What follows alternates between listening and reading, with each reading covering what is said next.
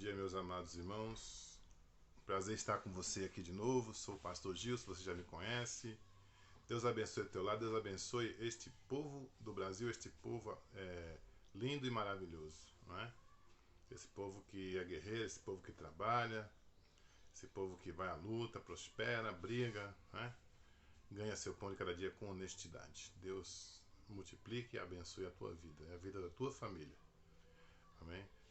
Gente, o motivo deste vídeo é cada dia mais a gente fica indignado com o que acontece no país, né?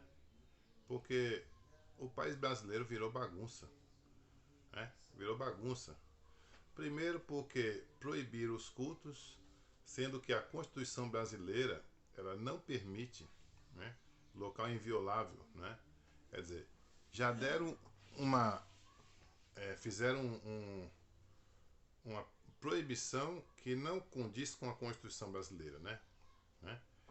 E agora o ministro do Supremo revisou esta decisão e declarou que as igrejas poderiam abrir, né? Agora, o prefeito de Belo Horizonte disse que não vai abrir porque o decreto diz que governadores e prefeitos podem fazer o que quer. Agora, o que a gente... Então lá ele declarou que as igrejas não vão poder abrir, quem manda é ele. Agora, a gente percebe o seguinte, que no Brasil existe um peso e duas medidas. Porque você veja que no ônibus, o ônibus pode circular, né? São Paulo, por exemplo, que é o lugar que mais morre gente de coronavírus no Brasil, os ônibus lá é superlotado, né? Superlotado. É travado, é tipo uma sardinha em lata. Eu já andei em ônibus, eu morei em São Paulo, já andei em muitos ônibus lá, que para tu descer tu tinha que ir empurrando a bunda do povo, né? Pá, né? Para poder, e de repente até tomar cuidado para uma mulher não achar que você tava e meter a mão na tua cara, se bem que as mulheres eram até legais, porém era muita gente, então quer dizer, o coronavírus só pega na igreja, ele não pega no ônibus, ele não pega na feira livre, né? Aqui, por exemplo, a feira livre funcionou, ônibus funcionou, e a igreja não pode funcionar, né? Agora o ministro liberou, aí vem esse prefeito, segundo um site que eu vi, né?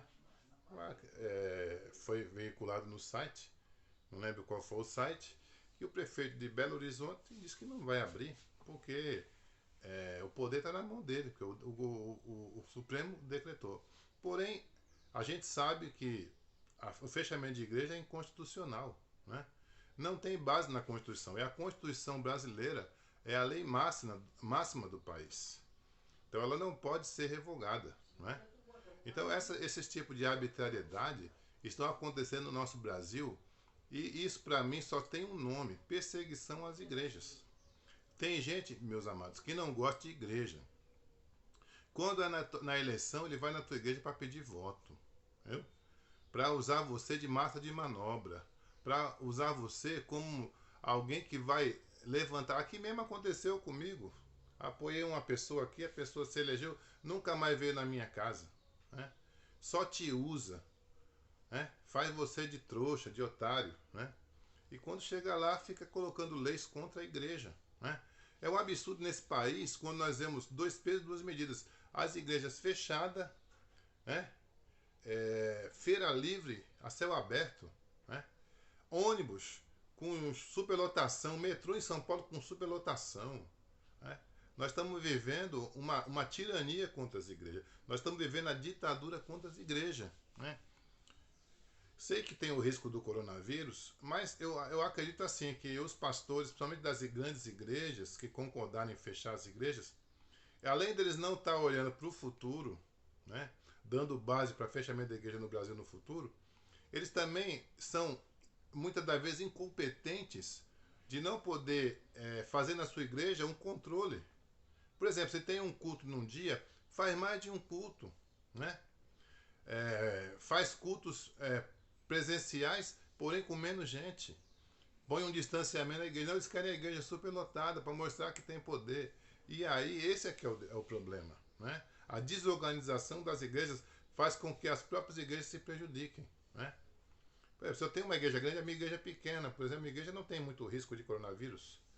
Né? Mas se eu tenho uma igreja grande, eu vou fazer o distanciamento e num culto vem as pessoas tal, no outro culto vem as pessoas Y, e assim nós vamos fazendo os cultos, vamos controlando e não vamos disseminando o vírus. Né? Porém, eu acho que o Brasil precisa rever esse tipo de atitude, porque o Brasil, o povo de Deus, as igrejas que contribuem muito para o Brasil. Né? Quantos ladrões que hoje não roubam mais, que foram convertidos na igreja, né? Quantas prostitutas que estavam correndo o risco de pegar doença venérea e até morrer, hoje estão nas igrejas, glorificando o nome do Senhor, né? Quantas pessoas libertas da depressão, principalmente depressão, que é um mal do século, matando muita gente, né? A depressão mata e mata muito. Suicídio vem através da depressão, né? Então a igreja é até um serviço essencial. Alguém diz, serviço essencial é comida, é farmácia, mas a igreja também é. A Bíblia diz assim, Jesus falou assim, nem só de pão viverá o homem, mas de toda palavra que sai da boca do Senhor. Né? Então o homem não vive só de comida. O homem não vive só de dinheiro. Se fosse assim, o rico não se suicidava. Entendeu? O homem vive da vida espiritual também. E as igrejas trabalham o espiritual. Trabalha mais no espiritual. Trabalha o material, ajuda alguém que precisa, com certeza. Mas trabalha mais no espiritual. Amém? Então, tem pessoas que não gostam de igreja, não quer ver a igreja aberta, não é? E fica colocando essas barreiras, né? E o nosso país precisa reagir contra isso. Eles têm a igreja como inimiga do Brasil, como na verdade a igreja é amiga do Brasil. Né? A igreja tem ajudado o Brasil e muito. Né? Tem caído poderes, sistemas, corrupção através da igreja. Né? Então, esse tipo de atitude, como desse prefeito aí, merece a nossa repúdia, nosso repúdio e a nossa repulsa. Verdadeiras pessoas que têm raiva das igrejas. Essa que é a verdade. Tem pessoas que têm raiva, ficam decretando coisas que, para prejudicar a igreja, prenderam pastores, né? Pregando a palavra, coisa que nunca teve nesse Brasil, pastor sendo preso. Né? Mas o que eu acho mais indignante é, se fechar tudo, fecha tudo. Fecha a igreja também, mas fecha o bar, fecha o restaurante, fecha o ônibus, impede o ônibus de andar, fecha a feira livre, não é? Aí a igreja fecha e a feira livre continua. A igreja fecha e o ônibus continua. Isso é uma perseguição.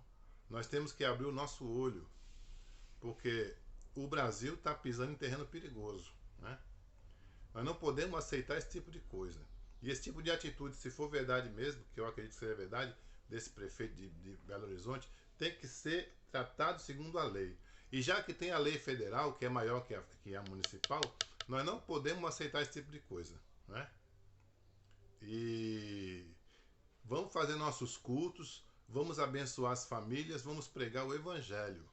O Brasil precisa de pregação, o Brasil precisa de oração. São 340 mil mortes por coronavírus.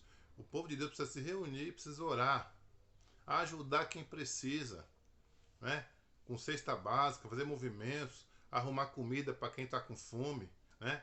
Porque para o político é muito fácil, para o funcionário público que tem seu salário todo mês é muito fácil, fica em casa. Para quem tem seu salário, né? Mas para o trabalhador, aquele que precisa do dinheiro, que não vem o dinheiro e quando vai para a sua mesa, para a sua geladeira, não tem nada o que comer, fica difícil.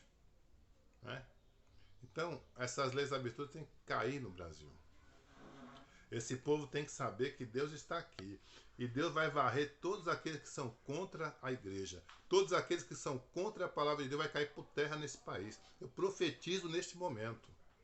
Né? Deus abençoe aqueles que valorizam a igreja. Deus abençoe aqueles que são a favor da igreja. Deus abençoe todos os governantes que amam a igreja do Senhor e que eles prosperam e que cresçam mais na política. Mas esses aí que são contra, que Deus sejam pegos pela mão de Deus e paguem o preço duro da vingança do nosso Deus. Caia por terra todos aqueles que são contra a igreja do Senhor neste país. Eu declaro isso em nome de Jesus.